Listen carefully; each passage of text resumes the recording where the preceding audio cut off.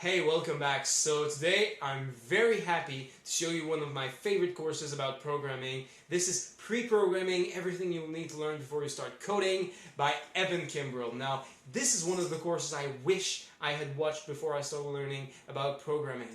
Now, the reason why this is interesting is because basically he takes the time to teach you about pretty much all the programming languages and technology you might wish to learn. And he goes into all of them in some detail to tell you what they do, what they're good at, and why you might wish to learn each one rather than any other.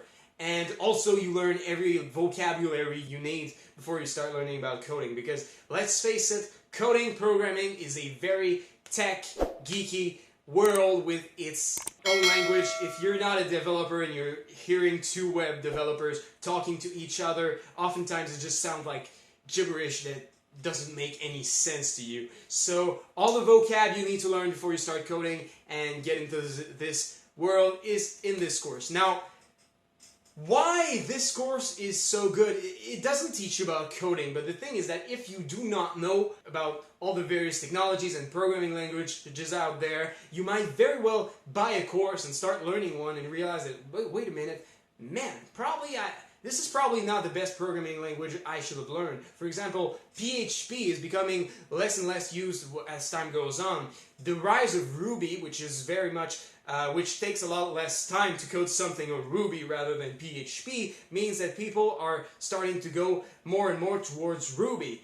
Now, it doesn't mean there will not be PHP jobs in the future, but that means that more and more the demand for PHP coding is going to decrease while the demand for Ruby coding is going to increase. So, for example, this is one of the cases where I feel if you want to be a back-end developer, you should probably go to Ruby. Now, this course will go into similar explanations on different programming languages and technologies like I just did.